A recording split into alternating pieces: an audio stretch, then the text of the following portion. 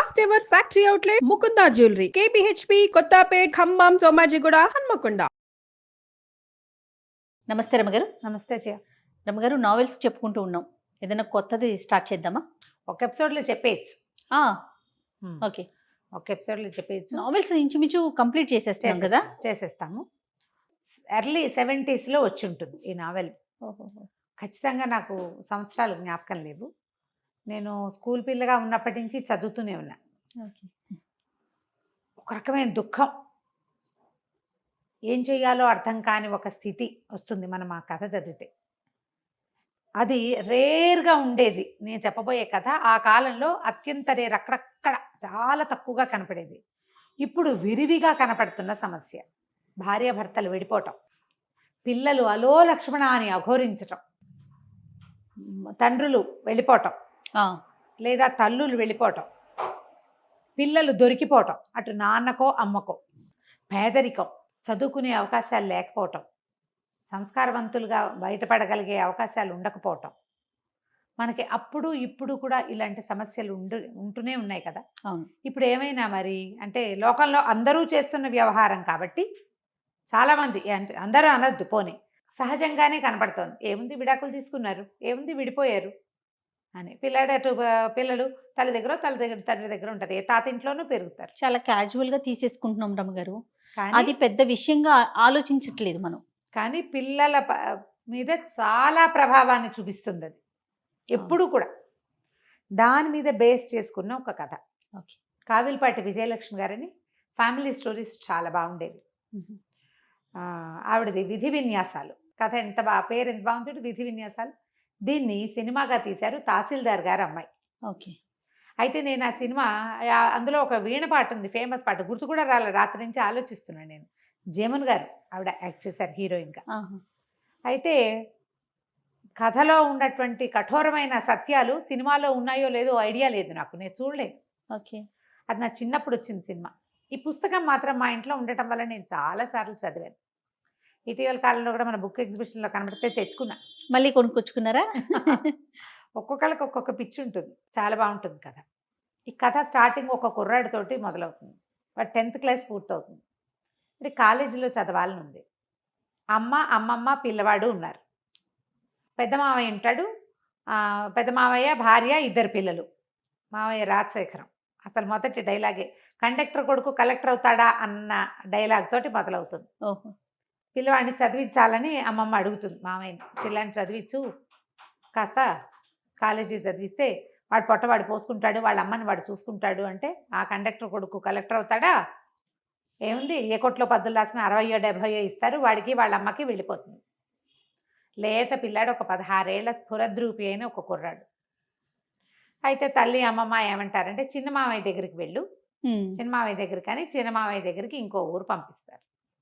పంపిస్తే చిన్న మామయ్య గోపాలరావు, పెద్ద మామయ్య రాజశేఖరం, రెండో మామయ్య గోపాలరావు ఇంకేదో ఊరిలో ఉంటాడు. అది కాస్త అటు ఇటుగా వైజాగ్ ఏమో అనిపిస్తుంది, పెద్దగా ఊరి పేర్లు కనపడవు కథలో. ఓకే. అక్కడికి వెళ్తాడు. వాళ్ళ ఇంట్లో కూడా ఓ పిల్లాడు ఉంటారు. పెద్ద మామయ్యకి ఓ పిల్లాడు, చిన్న మామయ్య కూడా ఒక పిల్లవాడు. అయితే ఆయన ఏమన్నాడు, సరే కనుక్కుంటాడు, ఏమిటి సంగతి సందర్భం కనుక్కొని, అరే నాకు జీతం తక్కువేరా, నీకు భోజనము వసతి నేను ఇస్తాను, నా దగ్గర ఉండు, ఫీజులు పెద్ద మామయ్య కడతాడేమో కనుక్కో. అప్పుడు ఈ పిల్లాడు, మా నాన్న ఎక్కడుంటాడు అని అడుగుతాడు. తండ్రి లేడు వీళ్ళతో. అడిగితే ఈయన ఏమన్నాడంటే, అక్కడెక్కడో ఫలానా చోట ఉంటాడు, ఎప్పుడో అడ్రస్ ఇచ్చాడని అడ్రస్ తీసి చేతిలో పెడతాడు. ఈ పిల్లాడు ఊరు వెళ్తానని చెప్పి ఇంటికి వెళ్ళకుండా ఆ తండ్రి ఉన్న ఊరికి వెళ్తాడు. ఇవేవో ట్రైన్ ప్రయాణం చేసి వెళ్ళవలసిన ఊళ్ళుగానే కనపడతాయి. అక్కడికి వెళ్ళేసరికల్లా ఇతను ఒక మామూలుగా చదువుడు, వాళ్ళ అమ్మ ఎట్లా ఉంది, దైన్యంగా, అమ్మ ఇంట్లో కింద ఇల్లు వాడుకుంటారు, పొలం డబ్బులు ఇంటెద్ద ఏదో కొద్దిగా వస్తే బిక్కుబిక్కుమంటూ కాలక్షేపం చేసే దౌర్భాగ్యపు స్థితిలో ఉన్నారు వీళ్ళు. పిల్లాడికి పండగకి బట్టలు లేవు, చెప్పులు లేవు, సైకిల్ లేదు, సాగుబాటు లేదు, ఏ సాగుబాటు లేదు. తన తండ్రిని కూడా అలా ఊహిస్తాడు. కానీ ఆయన స్ఫురద్రూపి, ఎత్తైన పచ్చటి గంభీరమైన ఆకారం, చాలా అందమైన వాడు అతను, ఆ పిల్లాడి తండ్రి. పిల్లాడు అందగాడనే చెప్తారు మనకి మొదటి నుంచి. సరే వచ్చేసరికి ఒక 3-4 ఫ్రెండ్స్తో ఉంటాడు ఆయన. ప్రసాదరావు గారిని కలవడానికి వచ్చానని చెప్తాడు. ఏమిటంటే కాలేజీ ఫీజు కోసం వచ్చాడంటారు, అదంటారు, ఇదంటారు, మాట్లాడతారు ఫ్రెండ్స్. వాళ్ళందరూ వెళ్ళిపోయాక ఆయన మీరు నన్ను ఫీజులు కట్టి చదివిస్తారేమోనని అడగటానికి వచ్చానంటాడు. ఆయనవి అందరికీ అన్నేసి ఫీజులు ఎలా కట్టేస్తాం అని ఒక 5 రూపాయలు 10 రూపాయలు ఇస్తాడు, ఇది తీసుకుని వెళ్ళమని. ఆయనకి తెలియదు. మీ అబ్బాయి అయితే ఇలాగే ఇస్తారా అంటాడు. అలా ఎందుకు ఇస్తాను, ఇంతకీ నువ్వు ఎవరి అబ్బాయి అంటే నేను కండక్టర్ ప్రసాదరావు గారి అబ్బాయిని అని చెప్తాడు. చెప్పేసి ఆయన నిర్ఘాంతపోతాడు. బాగా పరిశీలనగా చూస్తే తన పోలికలు భార్య పోలికలు కనపడుతుంటాయి పిల్లాడిలో. నిన్నెవరు పంపించారని అడుగుతాడు. మావయ్యే పంపించాడని చెప్తాడు. ఇక ఆ కొడుకుని దగ్గరకు తీసుకుంటాడు. ఆ పిల్లాడిని ఆయన 4 నెలల వయసులో వదిలిపెట్టి వచ్చాడు. సంటి పిల్లాడు అప్పుడు 4 లేదా 8 నెలలు అంతే వయసు. తర్వాత వాడికి 5 ఏళ్ళప్పుడు తల్లి వాడు ఇద్దరు అన్నవరం బస్సులో ఈయన కనపడ్డారు. అప్పుడు ఈయన కండక్టర్గా ఉన్నాడు ఆ బస్సులో. పిల్లాడు 5 ఏళ్ళప్పుడు. తాతగారు బాగున్నారా అని అడిగితే చచ్చిపోయారని చెప్తాడు పిల్లాడు. పిల్లోడితోనే పిల్లవాడు భార్య పిల్లాడు కనిపిస్తారు. పిల్లాడిని ఒళ్ళో కూర్చోబెట్టుకుంటాడు. అడుగుతాడు, బిస్కెట్ ప్యాకెట్ కొని పెడతాడు. తాతగారు బాగున్నారా, ఇంట్లో అందరు బాగున్నారంటే తాతగారు చచ్చిపోయారు, చాలా రోజులైంది, ఇంట్లో అందరు చచ్చిపోలేదనే అందరు బాగానే ఉన్నారని చెప్తాడు. మా బావగారు పోయారని తెలుసుకుంటాడు ఆయన. అంతకుమించి వాళ్ళ గురించి అతనికి ఏం తెలియదు. అక్కడి నుంచి ఇతను ఏం చేస్తాడు, సరే ఆయన పిల్లాడిని అట్ట పెట్టుకుని అన్నం తినిపించి తన మంచం మీద తన పక్కనే పడుకోబెట్టుకుని ఫీజులు కడతాను, నువ్వు మా మామయ్యకి ఉత్తరం రాసిస్తాను, నేను ఫీజులు కడుతున్నానని ఎవరికీ చెప్పద్దు అని చెప్తాడు. సరే ఉత్తరం పుచ్చుకొని డబ్బులు ఇస్తారు. ఇంత అక్కర్లేదంటాడు. కాదు పుస్తకాలకి వాటికి కావాలని ఆ రోజుల్లో 300 నోట్లు చూసి ఆశ్చర్యపోతాడు పిల్లాడు. అక్కడి నుంచి మావయ్య గారింటికి వెళ్తాడు. వెళ్తే ఏమిట్రా ఒప్పుకున్నాడు, ఏమిట్రా మావయ్య అంటే డబ్బులు తీసి చేతిలో పెడతాడు. తండ్రి రాసిన ఉత్తరం ఇస్తే ఆశ్చర్యపోతాడు. ఊరిని భలేవాడివిరా నువ్వు, చూసిరమ్మంటే కాల్చి వచ్చావని ఉత్తరం చదువుకుంటాడు. సరే ఇక్కడే ఉండు, డబ్బులు ఫీజులు కడదామని మంచి కాలేజీలో చేర్పిస్తారు. ఏ కాలేజీయో మనకు చెప్పరు, కాలేజీ వ్యవహారాలు ఏముండవు. కాలేజీకే ఉత్తరం రాస్తుంటాడు తండ్రి కొడుకు ఉత్తర ప్రత్యుత్తరాలు నడుస్తాయి.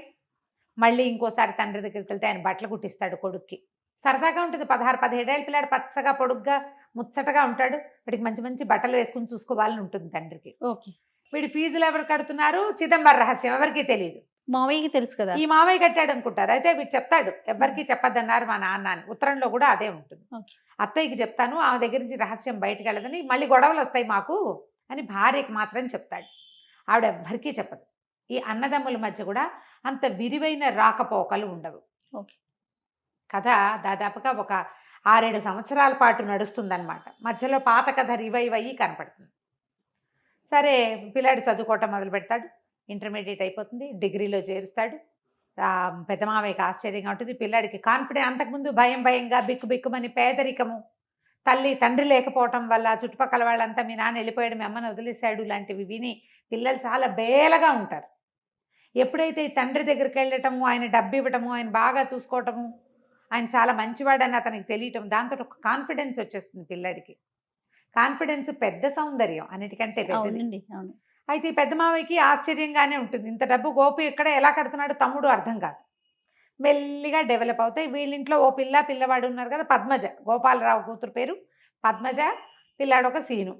రాజశేఖరానికేమో ఓ జయ, చంద్రం, 2 పిల్లలు. ఆ జయ చాలా అందంగా ఉంటుంది. ఈ పద్మజ కొంచెం సామాన్యంగా మేనత్త పోలికగా ఉంటుంది. దీనికి పూర్వగాథ ఏం చెప్తారంటే, తహసీల్దార్ గారు వెంకటరామయ్య గారు ఏదో ఆయన పేరు, ఆయనకి ఒక కూతురు 2 కొడుకులు. ఆ కూతురు పేరు మధుమతి. వాళ్ళ పక్కింట్లో ఒక ముసలి మామగారు ఒక కుర్రాడు అద్దెకుంటారు. పిల్లాడు ఏదో డిగ్రీ చదువుకున్నాడు, ఉద్యోగం వేయించమని తహసీల్దార్ గారిని అడుగుతుంది ఆవిడ. వీళ్ళింటికి కొంచెం రాకపోకలు ఉంటాయి. ఆ కుర్రాడు ఆ మధుమతి కొంత ప్రేమలో పడతారు. అబ్బాయి చాలా అందమైన వాడు. ఈ అమ్మాయి కూడా బాగుంటుంది, కానీ అతను ఎక్కువ అందగాడు. ప్రేమలో పడతారు. ఒక 2 సంవత్సరాలు గడిచేసరికి అలా 1 సంవత్సరం గడిచింది, ఉద్యోగం స్థిరపడింది అబ్బాయికి. పిల్లకి ఇతని మీద మనసు ఉందని తెలుసుకుని తండ్రి వాళ్ళిద్దరికీ పెళ్లి చేయాలనుకుంటారు. ఆ ముసలి మామగారు కాస్త చనిపోతే కుర్రాన్ని తెచ్చి తమ ఇంట్లోనే పెట్టుకుంటారు. చక్కగా పెళ్లి చేస్తారు. పెళ్లి చేసి తమ ఇంట్లోనే ఇల్లరికం ఉంచుకుంటారు. ఆ అబ్బాయి ఎంతసేపు బయటికి వెళ్ళిపోదా ఉంటాడు. ఆ అబ్బాయే ఈ ప్రసాదరావు, ఈ పిల్లవాడి తండ్రి. ఆ మధుమతి ఆ పిల్లాడి వాసు తల్లి. మన కుర్రాడు హీరో ఉన్నాడు కదా, వాసు అతని పేరు. అయితే వీళ్ళిద్దరూ కలిసి ఉంటారు. 5 సంవత్సరాలకు కానీ పిల్లలు కలగరు. 5 ఏళ్లకి ఈవిడ ప్రెగ్నెంట్ అయ్యింది. క్రమంగా ఏమైందంటే, ఆ రోజుల్లో ఏదో ఒక సంఘటన జరుగుతుంది. అదేంటంటే, ఆయన ఏదో ఒక ఉద్యోగం జోగయ్యో ఎవడో ఆఫీస్లో ఉన్నటువంటి ఒక ప్యూన్ తాలూకు ఉద్యోగం తీసేసే ఒక ఇది జరుగుతుంది. జరిగితే ఆ జోగయ్యకి ఈ ప్రసాద్కి స్నేహం ఉంటుంది బాగా. ఇతను ఆ కాగితం నేను పెట్టనంటాడు. ఆయన తహసీల్దారు, ఇతను యూడీసీ, ఒక హెక్లార్కో ఏదో అవుతాడు ఇతను. ఆయన ఎంత బాగానో చూసుకుంటారు అల్లుడిని. మంచి మంచి బట్టలు కుట్టిస్తారు, ఎంత బాగుంది, ఓసారి ఎట్రా ఇట్రా అని బట్టలు చొక్కా సరిపోయింది లేదో చూస్తారు, పిల్లతో కలిసి సినిమాలకు తిప్పుతారు, నువ్వే మా ఇంటికి పెద్ద కొడుకు అంటారు. ఈ పిల్ల అంటే పంచప్రాణాలు ఆయనకి. ఎందుకంటే 4 పిల్లలు పోయాక అమ్మాయి పుట్టింది, అమ్మాయి తర్వాత 2 తమ్ముళ్ళు బతికారు. దాంతో అమ్మాయి లక్ష్మిగా భావిస్తారు ఆ మధుమతిని. దాంతో పిల్లని బయటికి పంపడం ఇష్టం ఉండదు. ఇబ్బాయి కూడా ఎవరు లేరు కదా, మా అవ్వగారు చనిపోయింది కదా, చచ్చిపోయిన ఆవిడకి ఇంకా ఎవరున్నారు, అతనికి ఎవ్వరు అన్నదమ్ములు లేరు, అక్క చెల్లెలు లేరు, అమ్మ నాన్న లేరు. అందుకని పిల్లాన్ని అట్టబెట్టుకుంటారు ఇంట్లో.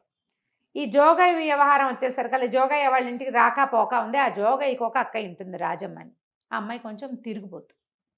పుకారు ఏమని పుడుతుందంటే ఆ రాజమ్మతోటి తనకి సంబంధం ఉంది ఈ ప్రసాద్కి, అందుకనే జోగయ్య ఉద్యోగాన్ని కాపాడారు అని పుట్టింది పుకారు. ఈ చిన్నతనపు ఆడపిల్లలకి అలాంటి వార్తలు ఏమైనా తడితే ఇతను ఇంత పంచప్రాణాలుగా ఉంటాడు, తనంటే ప్రాణం పెడతాడు అనేది గుర్తురాదు. ఆ అమ్మాయి మీద అనుమానంతో మొగుడిని ఏదో ఒకటి సూటిపోటి మాటలు అంటూ, ఒక తెలియనితనం, ఈ బంధం తెగిపోతుందని అనిపించదు, తెలిసి తెలియనితనమే. ఆ తల్లిదండ్రి కూడా దాన్ని ఎగసంతోస్తాడు, మా పిల్లని ఏడిపిస్తున్నాడు అన్నది తప్ప ఇంకొక ఆలోచన ఉండదు వాళ్ళకి. క్రమంగా ఏమైంది, దీనికి ఒళ్ళు మండిపోతుంది ఈ ప్రసాద్కి. సినిమాలో ఇలా హీరోని క్యారెక్టర్ని దెబ్బతీయరు బహుశా, అవును. కానీ ఇతను ఏం చేశాడంటే నిజంగానే ఆ అమ్మాయితో సంబంధం ఏర్పరచుకుంటాడు. ఓహో. అది బయటకు వచ్చేస్తుంది, డబ్బు ఇవ్వడం మొదలు పెడతాడు.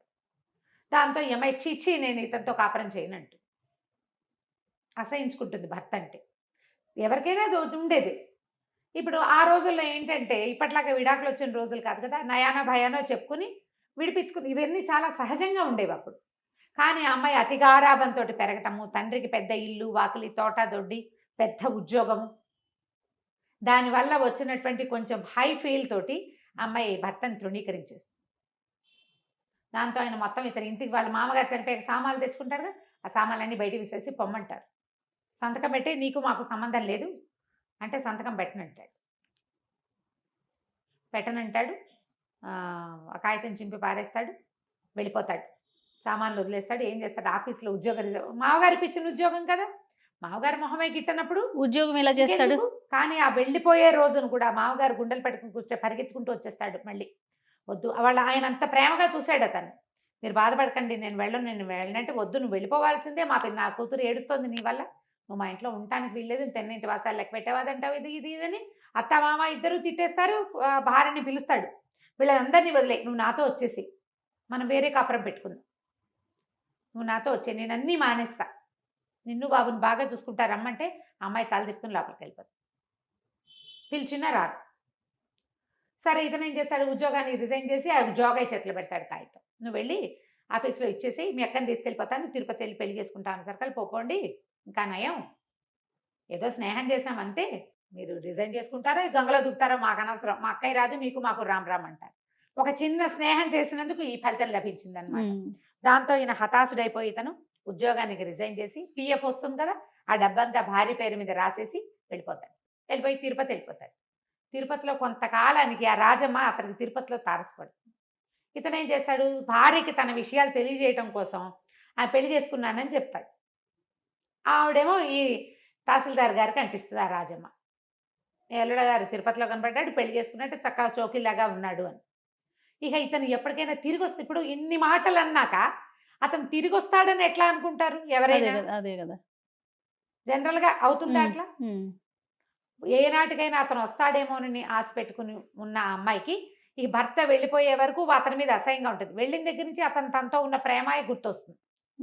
పిల్లాడు తండ్రి లేని వాడైపోయాడు, చుట్టుపక్కల వాళ్ళంతా చిన్నబుచ్చుతారు, అది మొగాడికి ఏదో ఒకటి ఉంటే దానికోసం కాపురం కాలదనుకుంటారా ఎవరైనా, అది ఎలాగో అనే మాటేగా. దాంతో ఒక విరాగిగా మారిపోతుంది ఆ అమ్మాయి. ఏ రోజు మంచి బట్టలు కట్టుకోవటం కానీ, ఓ తల్లో పూలు పెట్టుకోవటం కానీ, పెళ్ళిళ్ళకి పేరెంటాలకి వెళ్ళటం కానీ, ఇంట్లో నుంచి బయటకు కాలు పెట్టకుండా అయిపోతుంది. పిల్లని పెంచుకుంటుంది. ఇతనేమో ఒక కండక్టర్గా ఎక్కడో జీవితం గడుపుతాడు. అయితే బిఏ చదువుకున్నానని చెప్పి తిరుపతిలో ఇతను అలా ఉండగా చచ్చిపోదాం అనుకుంటాడు. ఒక స్నేహితుడు ఎవరో కనపడతాడు, కాలేజీ ఫ్రెండ్, ఇదేమిటో నువ్వు అకౌంట్స్లో చాలా గట్టివాడివి, ఇట్లా చేసావు, పద నీకు ఏదైనా ఒక ఉద్యోగం ఇప్పిస్తా, నీ బతుకు నువ్వు బతుకుతూ కానీ దీంతో అయిపోయిందా అని చెప్పి ఉద్యోగం వేశాడు ఒక బస్సులో కండక్టర్గా.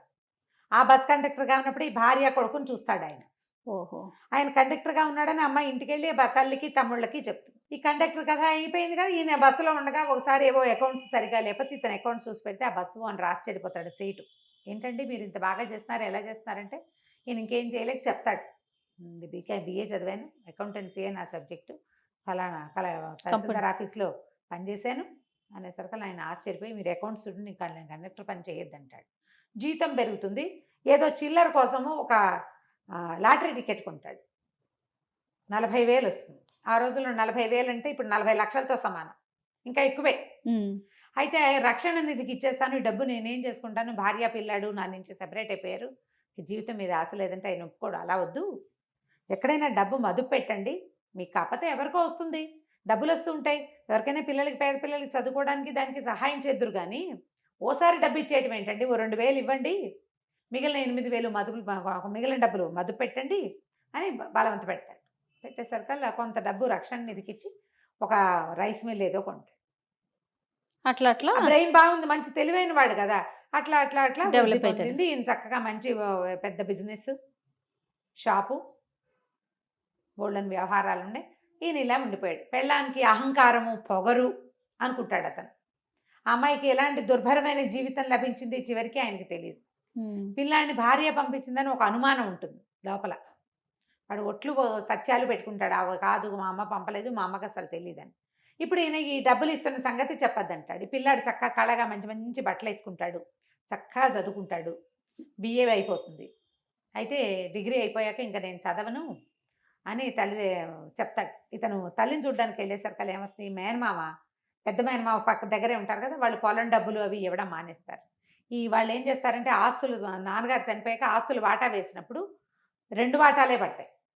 ఆడపిల్లకి ఇవ్వకపోతే రెండో అతను పోట్లాడతాడు, ఆ గోపాలరావు అన్న అతను. అది తప్పు, అక్కయ్య మనతో ఉండిపోయింది, నాన్నగారే అక్కయ్య జీవితాన్ని ఇట్లా చేశారు, ఇది పనికిరాదు, మనం ఇంటి మీద అద్దె తీసుకోవద్దు, పొలం డబ్బులు తీసుకోవద్దు, ఆస్తులు మనవి, అమ్మ అక్కయ్య ఉన్నాళ్ళు, అక్కయ్య కొడుకు బతికి బాగుపడేదాకా అక్కయ్య కూడా వాటా ఇవ్వవలసిందే అని ఇతను పట్టుబడతాడు. ఎప్పుడైతే ఈ పిల్లాడు బ్రహ్మాండంగా చదువుకుంటూ జామని బట్టలు వేసుకుని తిరుగుతూ వాచీలు పెట్టుకుంటూ ఉండేసరికల్లా మేనమావకి ఏమనిపిస్తుంటే, డబ్బంతా నీ కొడుక్కి దోచిపెట్టి ఇక్కడ పేద వేషం వేస్తున్నావు, ఇక నేను మీకు డబ్బు ఇవ్వను అని చెప్పేస్తాడు. అయితే కథలో ఒక అర్థం కాని మ్యాటర్ ఎక్కడ కనపడుతుందంటే, అమ్మాయికి ఒక 30 తులాల బంగారము, పట్టు చీరలు అవి ఇస్తాడు ప్రసాదరావు. ఆ బంగారం ఏమైంది అనే మాట చెప్పరు. వెళ్ళప్పుడు మా అమ్మది అని చెప్పి ఇస్తారు, మంచి మంచి వస్తువులు కొనిపెట్టారని చెప్తారు. మరి ఆ బంగారం ఆయన పట్టుకెళ్ళాడో ఈవిడ పట్టుకెళ్ళిందో అర్థం కాదు. మరి నా చిన్నప్పుడే నాకు అర్థమయ్యేది కాదు. వీళ్ళ దగ్గర గోల్డ్ ఉంది కదా, మరి ఆ గోల్డ్ కూడా పారేసింది. ఇతను సామాన్లు వదిలిపెట్టి వెళ్ళిపోయాడు కదా, నాన్నగారు ఏం చేస్తారు, అవన్నీ దానం చేసేసారు. ఆఖరికి ప్రావిడెంట్ ఫండ్ డబ్బు భర్తది కూతురుకు వస్తే అది కూడా ఆయన రక్షణ నిధికి ఇచ్చేసారు. వాడి డబ్బు కూడా నాకు వద్దని. కానీ వాడి కొడుకు మాత్రం ఉండిపోయాడు ఆవిడ దగ్గర. ఇప్పుడు డబ్బు వస్తువుల కంటే పిల్లలు ఎక్కువ కదా, జీన్స్ కదా అవి, అది ఆలోచించారు. దాని కొడుకే అనుకుంటారు, అతని కొడుకు అన్న ధ్యాస ఉండదు. చాలా మంది చేస్తారు ఇలాంటి ఆలోచన, పిల్లల దగ్గర ఆలోచించరు అట్లా. సరే ఏమవుతుంది, డబ్బులు లేవు, తల్లి పరమ పేదరికంలో ఉంటుంది. మా అమ్మమ్మ ఒంటి పూట తింటున్నారు, నేను ఇంకా చదువుకోనని ఏడ్చి మొత్తుకుంటాడు తండ్రి దగ్గర. ఆయన ఒప్పుకోడు. నువ్వు కండక్టర్ కొడుకు కలెక్టర్ అవుతాడా అన్నాడు మీ మామయ్య. కలెక్టర్ అయ్యి చూపించాలి, నువ్వు సెటిల్ అవ్వడం కావాలి, నువ్వు కలెక్టర్ అయ్యి భార్య పిల్లలతోటి బాగుంటే చూడాలనుంది నాకు, నువ్వు చేయడానికి వీల్లేదంటే మా అమ్మ ఇట్లాంటి పరిస్థితుల్లో ఉంటే నేను ఇలా మీరు కుట్టించిన ఉలెన్ సూట్లు అవి వేసుకుని వాచీలు ఉంగరాలు పెట్టుకుని స్కూటర్ కొని పెడతానంటాడు. ఎంఏకి యూనివర్సిటీ దూరం కాబట్టి స్కూటర్ కొంటాను, స్కూటర్ నేర్పిస్తాడు మనిషి వచ్చంటే. ఒప్పుకోడు వీడు పిల్లవాడు. ఒప్పుకోకపోతే ఆయన గట్టిగా బతిమలాడి, సరే మీ అమ్మకి నేను ఏర్పాటు చేస్తానని ఓ 10 చీరలు వీడికి బట్టలు కొని వాసుకి, భార్యకు కూడా బోళ్ళని చీరలు నా జాకెట్లు అన్నీ కొనిచ్చేసి నువ్వు పట్టుకెళ్ళు, మీ మామయ్యకి నేను ఉత్తరం రాస్తానని చెప్తాడు. వీరు తండ్రి దగ్గర నుంచి ఇంటికి వెళ్ళేసరికల్లా తల్లి వస్తుందన్న కబురుతో సిద్ధంగా ఉంటుంది. అయితే ఈ గోపాలరావు ఏం చెప్తా అంటే, మీ నాన్న నువ్వు ఉంటున్నావు కాబట్టి నాకు డబ్బు ఇస్తూనే ఉన్నాడు, మీ అమ్మని తెచ్చి నా దగ్గర పెట్టుకోమని చెప్తున్నాడు, నేను తీసుకొస్తానులే అని చెప్పి వాళ్ళ అన్నదమ్ములు ఇద్దరు మాట్లాడుకుని, ఇక అక్కయ్యని నా దగ్గర ఉంచుకుంటా, తన కొడుకు చదువుకున్నాక వాళ్ళిద్దరు వాళ్ళ దారిని వాళ్ళు వెళ్తారు, అమ్మని నువ్వు అట్టి పెట్టేసుకో, పొలం డబ్బు ఇంటి మీద వచ్చే అద్దె సగం తీసేసుకుందాం అని చెప్పేసి, అక్కయ్య నువ్వు నా దగ్గర ఉండు, నీ కొడుకు చదువు పూర్తయ్యేదాకా అని వాళ్ళ అక్కని పిలుచుకుంటాడు. ఏరా అమ్మని నువ్వు అన్నయ్య పంచుకున్నారని బాధపడుతుంది, కానీ మెల్లిగా వీళ్ళ ఇంట్లో ఎక్కష్టం అయిపోతుంది.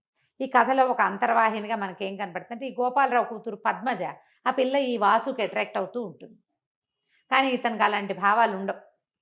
వీరికి జయ చాలా అందంగా తనే అనిపిస్తుంది, కానీ అది అక్కడే ఉండదు. ఆ అమ్మాయి దానికి వేరే ఫ్రెండ్స్ ఉంటూ ఉంటారు.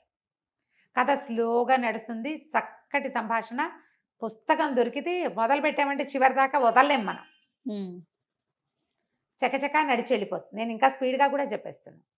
సరే, ఎంఏ పూర్తవుతుంది అబ్బాయికి. ఐఏఎస్ సెలెక్షన్ కూడా అయిపోతుంది. ఐఏఎస్ సెలెక్షన్ అవుతుంది.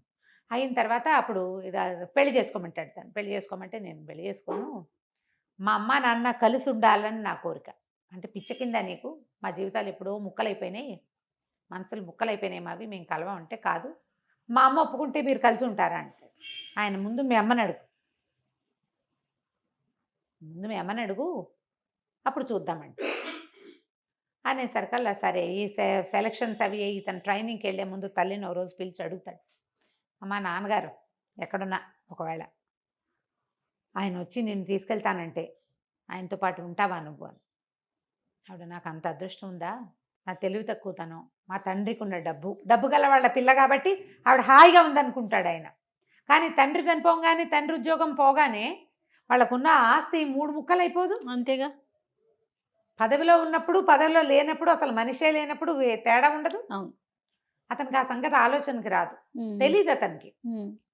డబ్బులున్న వాళ్ళ పిల్ల, ఆ పిల్లకి డబ్బు వల్ల అహంకారం అనుకుంటాడు. కానీ ఆ ఏజ్కి ఇట్లా పరస్త్రీలతో సంబంధం ఉంది భర్త కంటే, దాన్ని ఓర్చుకోలేరనే విషయం ఈయనకు అర్థం కాదు. ఒక చిన్న మేలిగో మొండితనం అతనికి. పెద్దింట్లో పుట్టడం వల్ల నేను అనే ఫీలింగ్ ఆవిడకి. ఇంతే, సరేనంటుంది. అనేసరికి సరే ఏమనుకుంటారు, ఈ పెళ్లి సంబంధాలు జయనిచ్చి చేస్తామని ఉత్తరం రాస్తారు. వీడికి ఐఏఎస్ సెలక్షన్ వచ్చింది కాబట్టి వాళ్ళని చేసుకోవటం ఏంటమ్మా, జయ ఎవరో జగపతి అని కుర్రాడితో తిరుగుతుంది అంటే, ఆ జగపతి ఎవరో దొరలు కొడుతూ పిల్లని తెచ్చుకున్నాడు, అది కాదు నేను చేసుకోనని రాసేసేయమంటాడు. ఈ పద్మజకి ఎన్ని సంబంధాలో చూస్తారు, వచ్చిన ప్రతి సంబంధము తిరగొట్టేస్తుంది ఈ పిల్ల. అయితే చెప్తుంది, నేను బాధ్యతలు బరువుతోటి ఉన్నాను, నువ్వెందుకు చేసుకోలేదంటే, నాకేవో బాధ్యతలు బరువులు భయాలు ఉన్నాయి నాకంటాడు. ఈ అమ్మాయి చెప్తే, బాధ్యతలు భయాలు పోయిన తర్వాత నేను ఎవరిని ప్రేమించానో వాడికి చెప్తానంటే వీడికి అర్థమవుతుంది ఈ అమ్మాయి తను ఏం చేస్తుంది అని. అలా ఇంటి ఉద్దేశాలు పెట్టుకోవద్దు, నేను నీ మీద కన్నేసి మీ ఇంట్లో చేరాను అనుకుంటారు, నేను ఎప్పుడు నీతో తప్పుగా ప్రవర్తించలేదు, నాకు అలాంటి ఉద్దేశం కూడా లేదంటాడు. ఏడ్చుకుంటూ వెళ్ళిపోతుంది. ఆ పిల్ల మాత్రం తల్లిదండ్రికి చెప్పదు. వాళ్ళు ఏమనుకుంటారు, పోనీ వీడిని అడుగుదామా అనుకుని కూడా అక్కయ్య బయటపడలేదు, నేను ఎందుకు అడగాలనుకుంటాను.